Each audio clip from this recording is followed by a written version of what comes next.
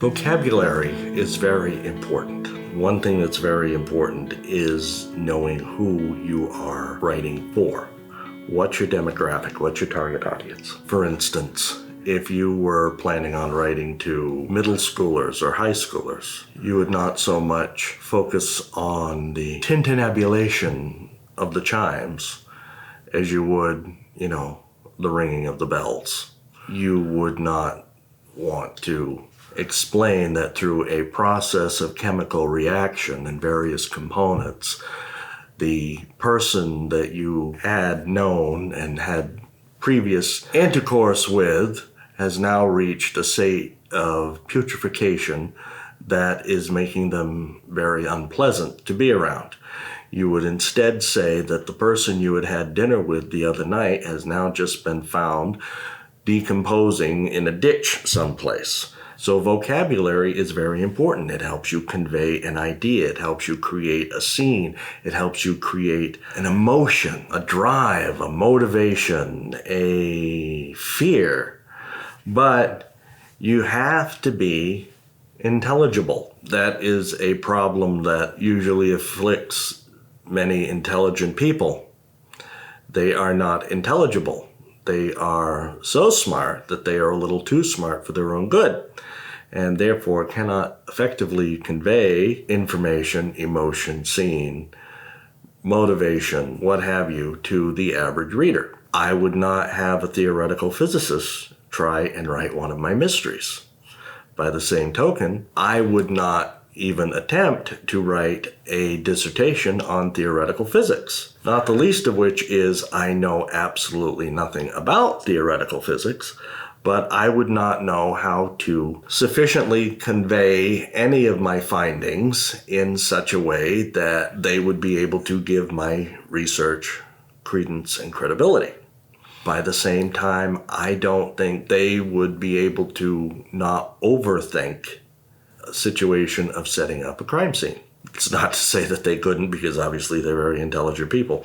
I know how to set up a scene for a murder, a crime scene, etc., etc., etc. I know nothing about atomic fusion, theoretical physics, string theory, or anything like that. You watch. Now there's going to be a whole bunch that are going to go out and they're going to hit the New York Times bestseller list. But anyhow, I hopefully help motivate people to say, see, it can be done. But no, your vocabulary is the key to everything. That is the tool. A carpenter, when he's going out to build a house, does not use the flat side of a hammer, he uses the head. A sculptor does not use the handle, he uses the point of the chisel. The artist knows how to effectively use all parts of a brush to convey a shape, a color, an effect. A writer has to do the same thing. So always be brushing up on your vocabulary. Always be expanding your repertoire.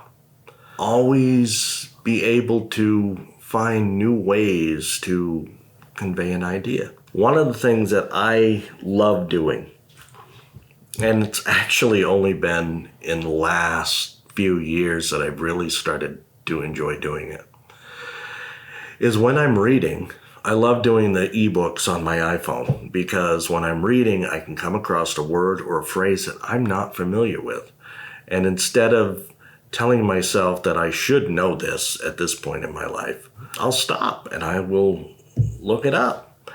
And sometimes it might be a word I'm vaguely familiar with, but I've never nailed down.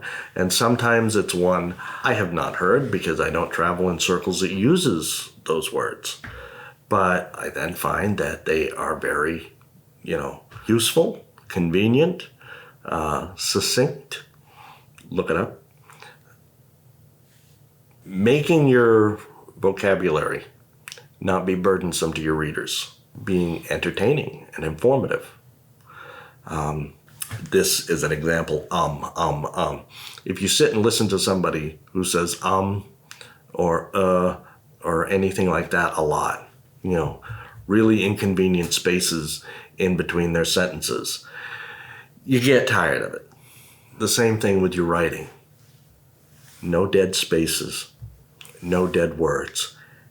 Everything has to have a point. Everything has to have a meaning. Everything has to have a purpose. Remember that when you're writing, when you're speaking, in any way, shape, manner, or form that you are communicating, and you will be far more effective than you might have been before.